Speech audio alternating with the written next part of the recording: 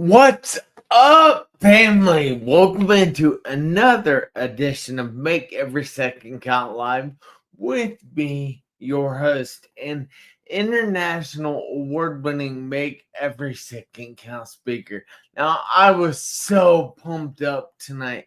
I had a guest and everything, and I've even talked to her today. She isn't here yet, so I'm hoping she shows up in a minute here. Um, hold on, I'm asking her. But I had to start at 7 o'clock because that's what time the show comes on.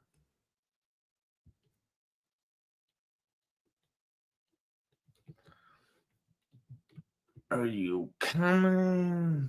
It says she's active now, so hopefully. Oh, there she is too. Enter the studio.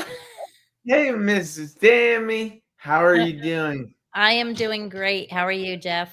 I am fantastic. I'm so happy you were here. Guys, you are so honored to have Tammy Vincent in the chair tonight because she has one amazing story. And she is going to be telling us that we are not our traumas or you are not your trauma.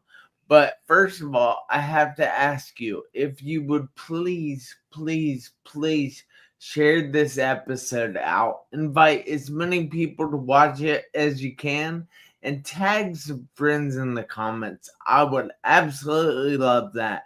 And then also, please keep the thumbs up, the hearts, frowning faces, cry faces. Heck, you can even get mad at us. It doesn't matter. Just help us trick the algorithm on one of the socials that we're on.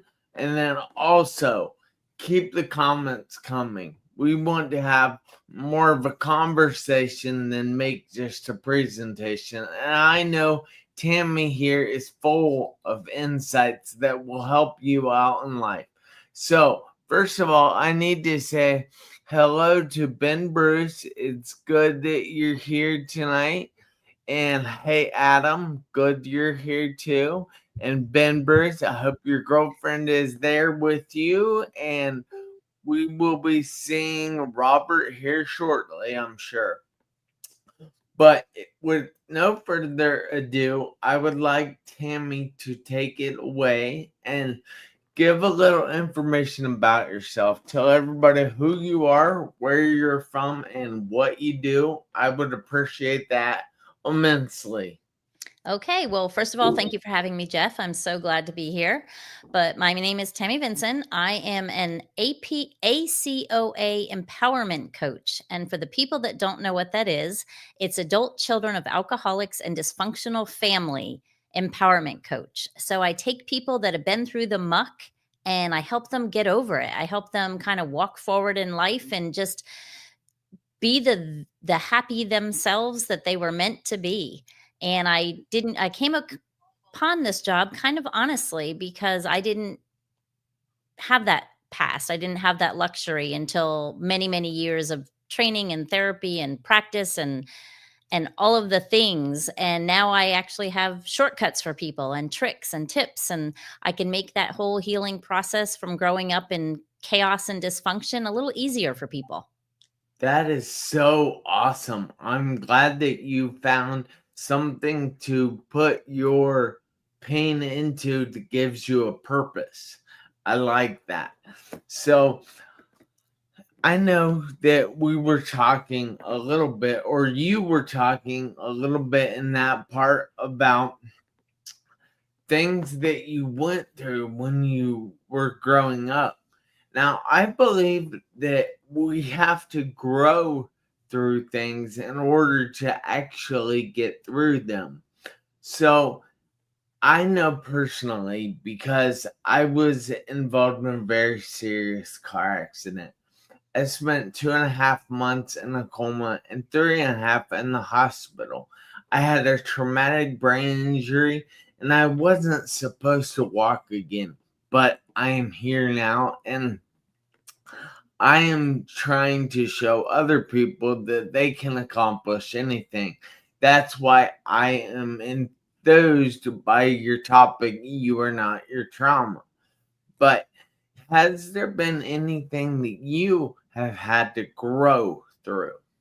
Oh, I had to grow through quite a bit because, as you know, when you got in your car accident, your brain got that injury and it changed instantly. I mean, in a moment, it changed. But when you grow up with neglect, abuse, physical, sexual, emotional, whatever it is, your brain changes a little at a time in every single moment. So Mm-hmm. just like you are growing and learning and doing more than you could do when you came out of the coma, that's what people that go through traumatic childhoods have to do. So it's a lot of rewiring, it's a lot of neuroplasticity, which love the fact that 30 years ago they didn't know your brain could change. They thought whatever it was like, that was it, and that was all they Yeah. could do. And there wasn't this belief that you could rewire and retrain and everything. So mine was not one particular instance or one event. Mine was a lifetime, literally 18 years of just being beaten down mentally, emotionally, physically, any which way you could do. And there were times where, yeah, I had to look at it and it was almost like do or die at this moment. Like I had to say, I'm going to be a survivor. I'm not going to give in to this. I'm not going to be a victim anymore. And I had to go through a lot of self reflection and I had to do a lot of growing myself. And once I became an adult, it was like everything that happened when I was a child was not my fault. But then once I became an adult, it all of a sudden was still my responsibility. Yeah. So, So I feel that there are a lot of things that people don't really get that might have happened to them, but they are still their responsibility. And I think that people would grow so much more if they would understand that and take some responsibility. I understand that it might not have been your fault, but it's still yours now. So I think responsibility is a big thing that people have to take in growing through things. So I'm sorry to interrupt you, but if you want to continue there, I'll let you do that. no, it's okay. I mean, you said it well, but like I was saying, like when you a perfect example is when you have these fight or flight or these trauma responses and then you bring them into adulthood and you find yourself snapping at people or blaming everybody else for everything. That was a response that filled you well and it worked its purpose when you were younger and it's not working anymore. So you have to be able to self-reflect, and sometimes that's the hardest part of growing is looking at your part in it. Yeah. So, yeah, so many people say to me, I can't help it. I'm just that way because my mom did this, or because my dad did this, or because my abuser did this. And it's like, that was 30 years ago. You're Yeah. not there anymore. You're not standing there now with that person. You are now with someone who you can be safe in front of, and you don't have, so you have to start making those shifts, and it's sometimes hard to do it by yourself. That's why they have therapists and coaches and support groups and everything. Yeah. That's awesome.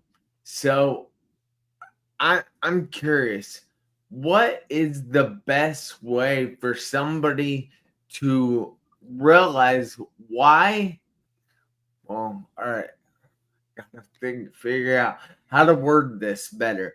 But what is the best way for somebody to realize that it might not be their fault, but they still have responsibility in it? If they find themselves either doing a couple things. One, if they find themselves changing what they believe in to make everybody happy, that's one of the ones. Like you're just giving, giving, giving, giving, giving, and you do it because you just have this need to make everybody happy, or this need to please everybody because you're afraid of like repercussions, afraid of getting in trouble, afraid of those things. The other one is if you find yourself just what I say acting out of alignment, but really it just means like if you do something, say, Jeff, you come to me and you give me constructive criticism while we're working together, and I snap at you, and I, Mhm. come right back at you with a little snarky comment or something. It's not me that's standing here right now that wants to act like that. It's that wounded child. And so you have to start, and you catch yourself. When I do that, if I snap at someone, I'll immediately think to myself, "Oh, wow, Tammy, that wasn't very nice. That's not you." Yeah. And it's not me. It's that wounded child that still needs that love. And but if I'm acting it, I have to realize, I have to catch myself. And whether is so as soon as I think the best way is, as soon as you say something or do something that feels out of character to yourself, is stop right there, kind of nip it in the bud, and just take a moment and kind of think about where that came from. And Yeah. because if you're saying to yourself, that's not me, you're right, it's probably not.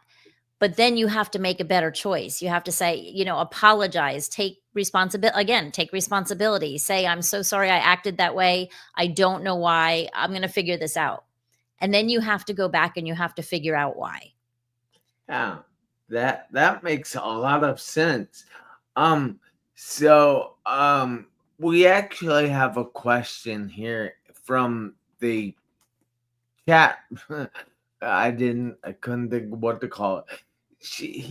Ben Burr says, "What are your religious beliefs regarding alcohol addiction and biblical phrases such as do not get drunk on wine, which leads to debauchery.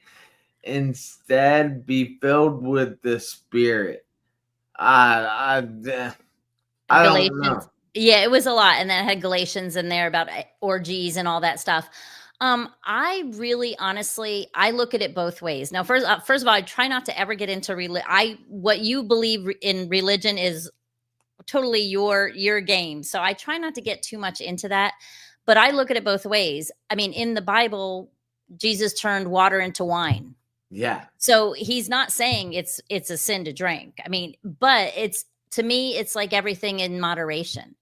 You go to gambling, you go to a casino, and if it was a sin and you were going to go to hell because you went to a casino and gambled, which is a quote unquote sin, they wouldn't take church buses of people to the casinos. So to me, I mean, that's just, it's kind of like hypocritical, I guess, in a way. But to me, it's moderation. yeah. You know, Having a drink is not necessarily a sin. Having an So addiction, depending on how you look at it, can be looked at as it's a disease. A lot of yeah, people, some people argue that. But to me, especially when you're talking about an addiction with a substance, whether it's drug, alcohol, sex, gambling, whatever it is, the sex, drugs, gambling, and alcohol is not the problem. The addiction is the problem. That all those other things are the answer to that person. So to me, it doesn't make a difference if I'm in church and I believe in not drinking or addiction or whatever. It's not really that's not the issue. The substance, the actual substance. so with your family history of addiction and everything, do you drink now? Yeah, I drank, but I don't drink out of control. Yeah. And I Well, went through both sides of the fence where I was out of control for a while. And again, if I have a drink, that's okay. But if I have a drink and I get mouthy and I treat people poorly, that's not okay. So I also feel like people that have gone through addiction and gone through the 12-step programs, a lot of them will stop drinking. And like I said, the alcohol isn't the problem because sometimes they stop drinking. And when I was in high school was when I was actually drinking the most. And when I stopped drinking, I turned to working. I was a workaholic. I worked 3 jobs, 24 hours a day, and when they said, "Tammy, stop it, you're going to burn yourself out," then it's like I moved to something else. I was close to a casino. I would gamble. So it was just different, I guess, devices, I guess you could say. yes. So all right. So I know that we have someone on here that is kind of an addict when it comes to gambling. So, what would you suggest for that? That's a hard one. I don't live near a casino, so it was easier for me. But if it's in proximity, I would honestly say that to join a 12-step program, join Gamblers Anonymous, join a group where people are going to get your back because you need accountability. It's not, I mean, it's very simple to say just don't gamble again, but that's not the real answer. If you're losing your home, you're losing money, you're spending all your paycheck. I mean, that has become a problem. I would definitely suggest that they get help, but with a 12-step program or a counselor or something, or just even a friend or a friend group. But the other thing is when you have that urge, replace it with something else because you can't just take something away. It's like taking something away from a child. You have to replace it with something productive. Yeah. So try to every time, if you're getting that itch and you're ready to jump up and go to the casino boat or whatever it is, try something different. Try going for a walk, try going bowling, try new activities. That's the best place to start. But I would say if you're really struggling, that I would definitely suggest a 12-step program, even just to learn the basics. Yeah. Wow. That makes a lot of sense. So we have been burst in the comments saying that how did having two alcoholic parents affect your mental adjustments to adulthood? Did the dysfunction provide valuable experience or create more obstacles? In the beginning, I would say it created way more obstacles. I remember being 26, pregnant with my first child, and I was all of a sudden acutely aware that I didn't even know what unconditional love was. I had no memory of hugging my parents. Like I just didn't have a lot of basic skills. I didn't know about boundaries. I didn't know about I got married the first time and I think I got married because it was the first person that I truly believed for just a second actually loved me, if that makes sense. Yeah. So there was a lot of rewiring to do. Like I said, it's been a 30-year journey and I've done all kinds of things, but there were definitely, the people pleasing really, really came into effect. And that was sometimes out of just not wanting to rock the boat at home. And so that became a habit because a lot of your self-preserving skills, I guess I like to call them skills, but they become habits. So if you're a child and you're always, one of the things was just making myself feel very small. To me, it was safe when I was very small. Yeah. So when I went into the real world and I got like a management position, I still wanted to be small. So I did things like I refused a promotion one time that would have doubled my salary because I knew they were going to take me up on stage in front of 200 people and congratulate me. And I wasn't going to get up on that stage. Yeah. So just things like that really kind of hold people back. And those are the kind of things that I work with people with. But it's mostly mindset. When you grow up with alcoholic parents, you grow up with this underlying belief deep, deep, deep in your subconscious mind that you are not worthy or deserving of love, period. Sucks. So, what is all right? Let's say someone has all this trauma in their backstory, and they've gone through all kinds of stuff that no human should ever have to go through, such as yourself.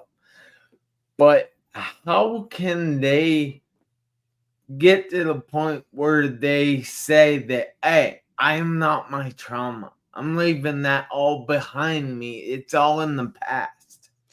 They have to have, a lot of people unfortunately have to have a crisis.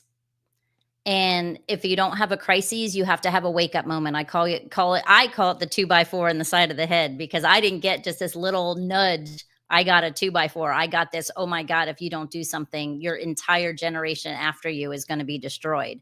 So you have to just want it. You have to believe that the work to get there is worth how hard it's going to be, if that makes sense, because Yeah. it's work. It's not, the steps are simple. So the steps to really start living out your better life and being who you want to be are very simple, but the process is sometimes difficult. Like, Yes. it sounds easy for me to say, start feeling where in your body you feel pain or you feel emotion or you feel anger and sit with it. I mean, that's easy for me to say, but then when you actually do that, it brings up a lot of stuff. I mean, there's a lot of stuff hidden deep, deep, deep, but it's so worth it. So, so worth it. Yeah. That's great advice. So you were talking a little bit there about the relationships or whatever that you had outside you. Well, how can someone find the valuable relationships compared to the relationships that are just there? So, the best thing I can say, and why we attract people that are like the people that abused us, which is crazy to think that we do that, but our brains love familiarity. So, our brains like being comfortable, even if it's unpleasant. So I tell people to figure out first what your core values are. What do you really value in a person? What do you like? What will you tolerate? Because a lot of times we've spent our whole lives tolerating things that we didn't need to. So, probably the quickest, easiest exercise, I just call it my good day, bad day, is close your eyes and picture your best day or your best, like, minute or 2 minutes of your life and write down everything that is included in there. Where are you? What are you doing? What does it look like? What are the people like? What values do those people have? And then do the same thing with the bad people or a bad day. And then you kind of have like, okay, these are my values and these are my not, these are my ick. These are the things I don't like. And then when you meet people, put them up against those standards. I mean, obviously not out loud, but in your mind, put them up against those things. Like, if one of the things that happened to you your whole life was that you were gaslit or you grew up with a narcissist and they constantly were manipulating and lying to you, and you go on that first date and you catch them in two little white lies, that's a red flag. So you look at that list and you go, okay, honesty is my value, and they're clearly not honest. So I'm just not going to go forward with this relationship.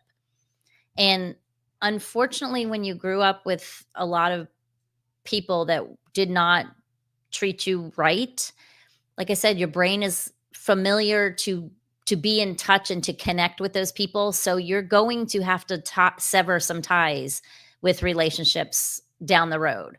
It could be friends, it could be family, it could be a boyfriend, it could be a girlfriend, it could be a spouse, whatever it is. But if you want to get better, it's kind of like, it doesn't do any good to stop drinking if you go home to another addict in the house. Yeah, wow. So is it bad for someone that is addicted to something like alcohol and they're trying to get cleaned up and they go home to an addict of, like, say, something else, anything else? Would that not be good? Or It would probably not work, honestly, to tell you the truth, because like I said, the addiction, it's just the alcohol is just the vice. That's just what you're doing. So once you stop the actual addiction, and let's say you went to rehab and you stopped drinking and you went home, you still haven't dealt with all the things that made you drink in the first place. So if you go home to another addict, they've got all of those same things going on. And literally, it's like you trigger each other back and forth over and over and over again. So it is very, very, very difficult to do that.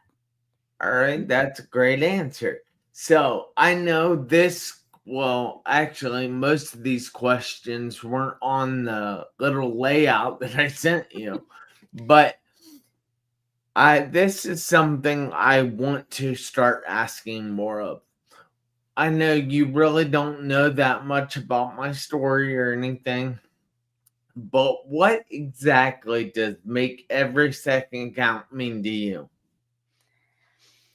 Honestly, it just means that you don't know when your last minute is. So you should not sweat the small stuff. You should not worry about things that you can't control. You should literally, every time you get a chance, and it's possible in any feasible way, do what your heart leads you to do. Yeah. That's a great answer. So I want to point out something that Adam said. He said, "Wow, so intellectual, Tammy. I'm taking notes right now." So Thanks, Adam. yeah, and then I don't know why wanted to ask this, but why did you decide to leave New Jersey for Florida? Actually, funny story. I've actually lived in like 17 different places. So the last place I actually moved to Florida from was Ohio, and I'm a water baby. I just like being near the water. And I knew eventually I wanted to be down here or by the water, so why not? I knew you had a Cincinnati number. Mhm. Yep. Were you in the Cincinnati area? I was just north of Cincinnati for just until about 6 years ago. Yep. Yeah, that's cool. I'm about 30 miles north of Dayton. Oh, okay. Yeah, so we were closer at that time. So I also want to point out something that Ben Burr said. He said she's an intelligent lady. So Thank uh, you. so I've done a lot of, I mean, I'm an NLP practitioner. I've got my degree in psychology. I've written a couple books. I'm a chronic learner because that's what it takes to grow is yeah, learning. exactly.